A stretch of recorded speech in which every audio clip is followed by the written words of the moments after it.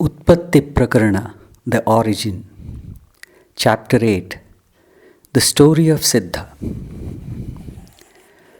The passengers get down from the bus that has to be taken on to a ferry for crossing the river Gangoli.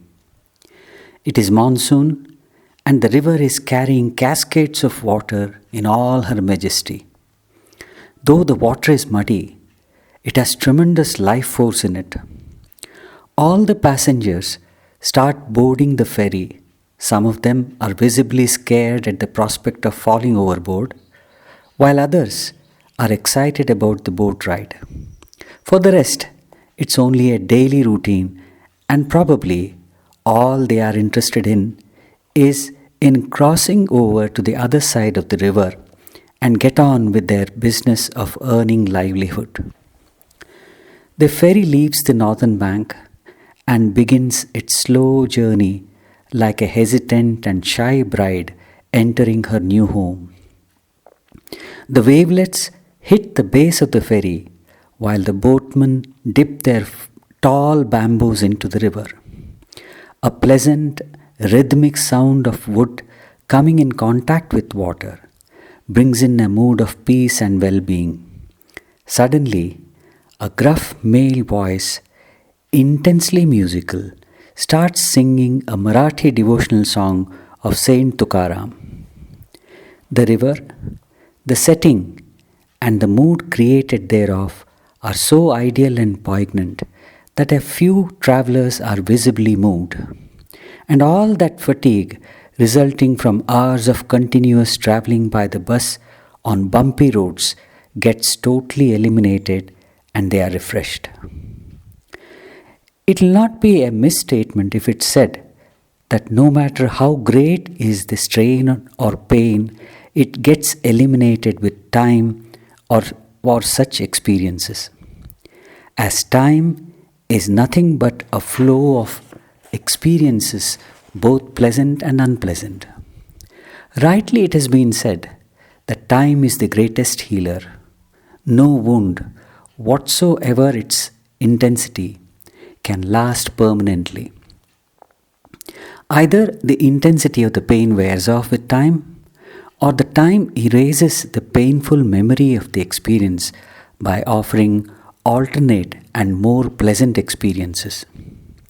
In this sense, time has been a very great blessing on humankind, for it is not known so far whether other beings have any concept of time or not. Paradoxically, humankind suffers due to this very conception of time. Our mind is always obsessed with time. All along, it keeps nurturing the memories and regrets of the past, brooding of what has to come, for what should or should not come of the future, or seeped in the excitement of the present. For people leading an ordinary life, this is not a problem at all. On the contrary, it's very helpful. For example, let us take a father who has to face the problem of arranging for a huge sum for his daughter's marriage or son's education. He is no doubt troubled by the worry, but only for a short time. As it gets eliminated either by a future hope, everything will be all right, or by confidence through his past experience. Last time I had solved the problem successfully. That is, by changing the mental scale of time, past, present and future, we avoid the unpleasantness and pain, not unlike a musician changing notes in his music. However, for a seeker, time happens to be a very obstinate motivation for mental activity he struggles to quieten. But what is this time? And how do we perceive it? These particular questions have tickled the human thought since the dawn of human reason. We have been trying to reasonably understand time and can only deduce some of the aspects of this great mystery. There cannot be any doubt that every one of us perceives time. Encyclopedia Britannica makes an interesting observation. Time is basically a dimension of change and time perception, then is the capacity to interpret changes in sensory and bodily stimuli with respect to their temporal relations. If it is an interpretation of sensory and bodily changes, it follows that the length of this duration becomes shorter and longer depending upon the effect of the change. It has a common experience known to almost every one of us that certain instances seem longer to us than the others. For example, if we are waiting for a friend, time seems to be longer, evident from the action of looking at the watch every few seconds, than when we are with a friend enjoying, say, a movie. In other words, the length is governed by the unpleasantness or the pleasantness of the experience. Though we have been experiencing this for a very long time, it was given to Dr. Albert Einstein at the turn of this great 20th century, not only to explain scientifically the relativity of time and space, but also prove the interdependence of time and space. He coined a new phrase, space-time continuum. He called time the fourth dimension and made a very bold conclusion that there is no absolute time. The events that are simultaneous in one frame of reference may not be so in another. It is not necessary for a seeker to know the scientific or technical details of time. But from these scientific conclusions, an important fact becomes obvious. Time, like space, is also a mental concept and is relative, as senses, the grosser manifestations of mind, are mandatory for noting the change. And what is of primary importance for a seeker is how it binds him or her to the world through involvement and indulgence. The crux of the problem is that, like an erroneous conviction of the reality of matter and hence the space, a similar notion of reality of time increases the involvement and indulgence with the world. So, the most important step a seeker can take in the direction of growth is developing the conviction that space and time are only mental concepts. This, however, is easier said than done, as the habit of taking them to be real has gone into our marrow. The story of Siddha illustrates this fallacy of time and space and the habit of forcing reality on them, which are temporal. At the end of the previous story, sage Vasishta blessed Rama to be nirvikalpa after removing all vikalpas. Vikalpa is a wrong notion or misunderstanding having its roots in the two mental concepts of space and time, or in Einstein's word, space-time continuum. In the stories so far narrated, the enlightened sage tried to convince seekers that the world with its multifarious forms is temporal and does not have any independent existence of its own. In this sarga, he extends it to time. It is evident from our ancient scriptural literature that relativity of time was known to our sages. The knowledge may not have been technical, but was definitely practical as far as the seeker is concerned. A beautiful simile is given by Vedanta to describe the state the common men are in. There is a pond of clear water through which one can see the bottom. If a man gets into the pond and disturbs or agitates the water, the dirt at the bottom gets mixed with water, making it muddy. If one wants to see the clear, transparent water again, one has to patiently allow the dirt to settle at the bottom. The sankalpas and the vikalpas are nothing but the agitative mental activity and have to be allowed to become quiescent. This is being hinted by the sage through the word manah prashamana in the following verse. Manah prashamane Rama moksha evavashishyate. O Rama, with the quietening of the mind, what remains is only liberation. Sage Vasishtha said that the ignorant suffer due to self-created sankalpas, but not the pandits who are sharp-witted and are constantly involved in vichara, due to which they are ever free. He urged Rama to accept the permanent and reject the impermanent. Rama was reminded that it is only due to a wrong notion that one is bound, because how can the ever free and infinite be bound? Mind alone is responsible for this false notion of bondage. By quietening the mental activity, one discovers the freedom which is ever ours. Through the play of mind in objects, proximity appears to be a great distance, and vice versa. The moment we hear the word Pandit, we normally take it to mean a scholar, but the word actually has a much deeper meaning. Panda Atma Vishaya Buddhi Esham Te Panditaha. Those minds always dwell in the Atman are Pandits.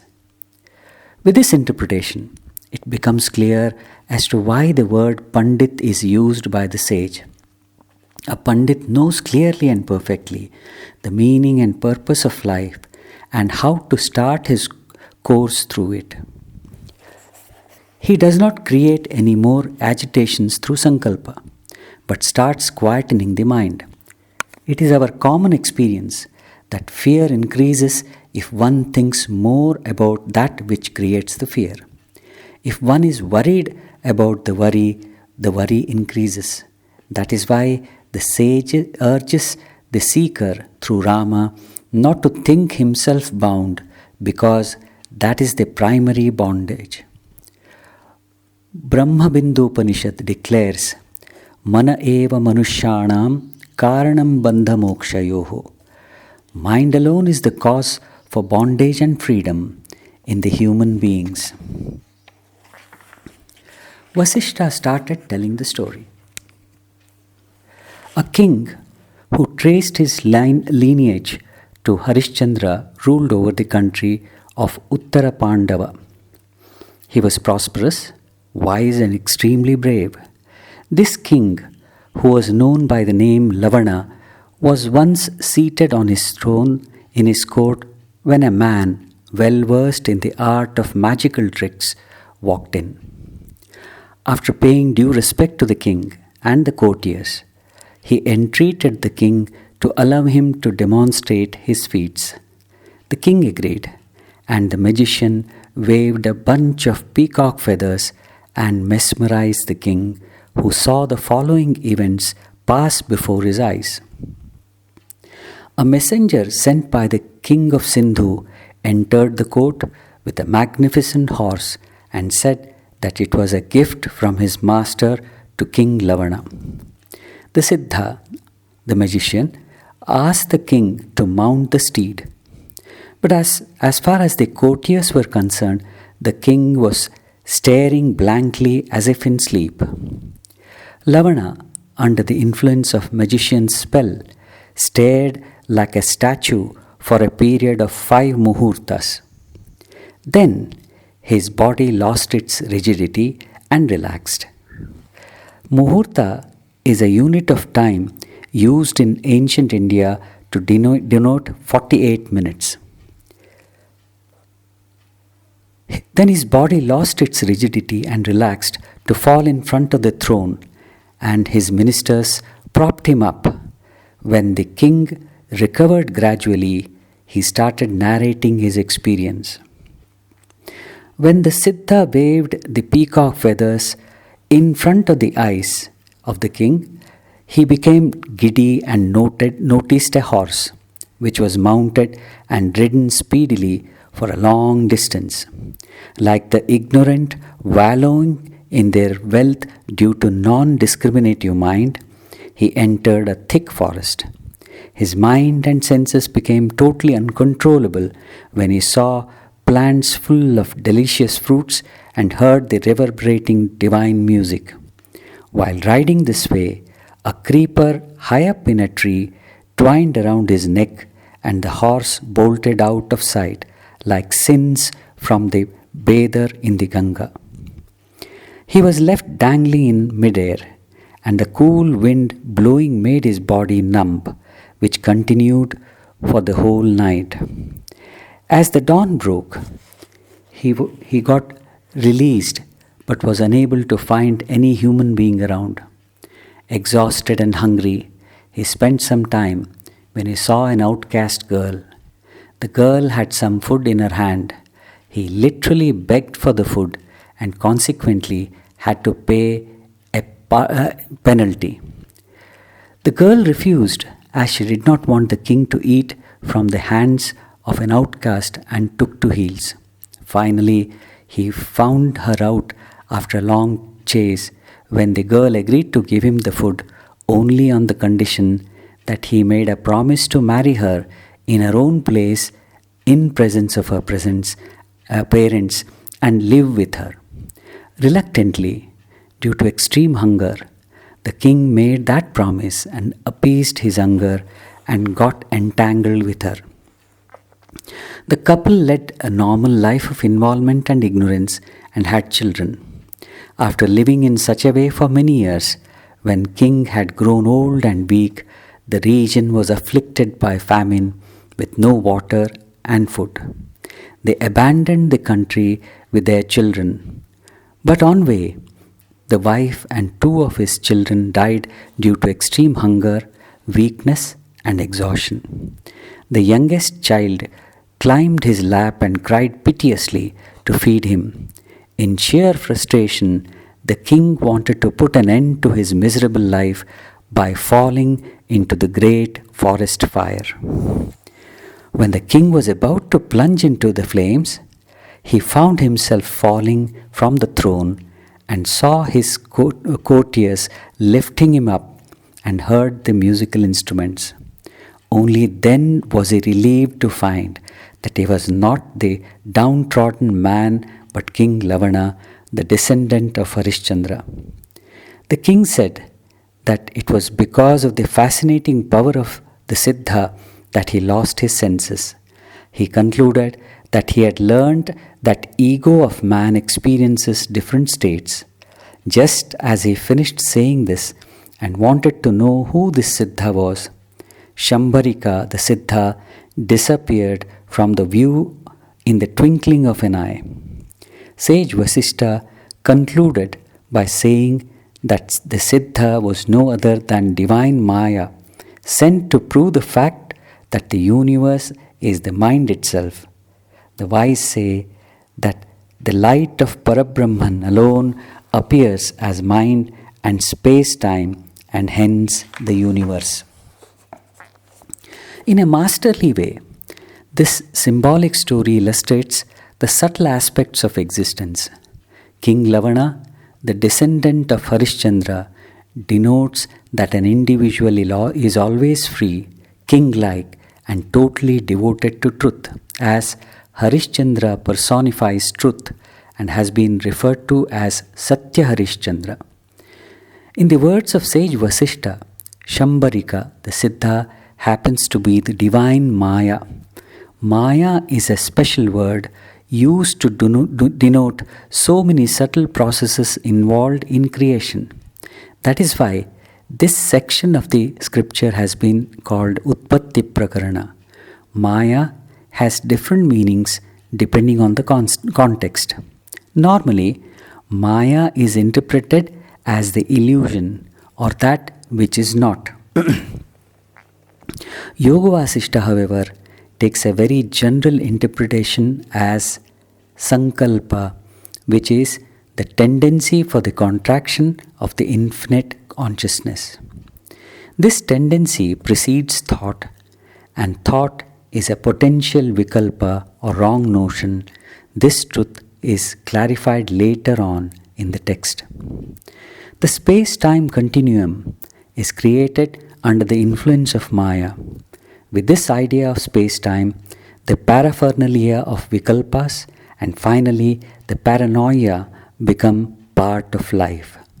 While Vedantic texts call this tendency Maya, the Yoga Sutras call this as avidya, the first of the five kleshas.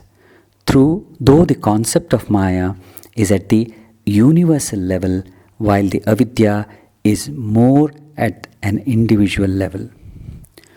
All the stories in this prakarana aim at convincing the seeker that it is quite natural to take the world seriously.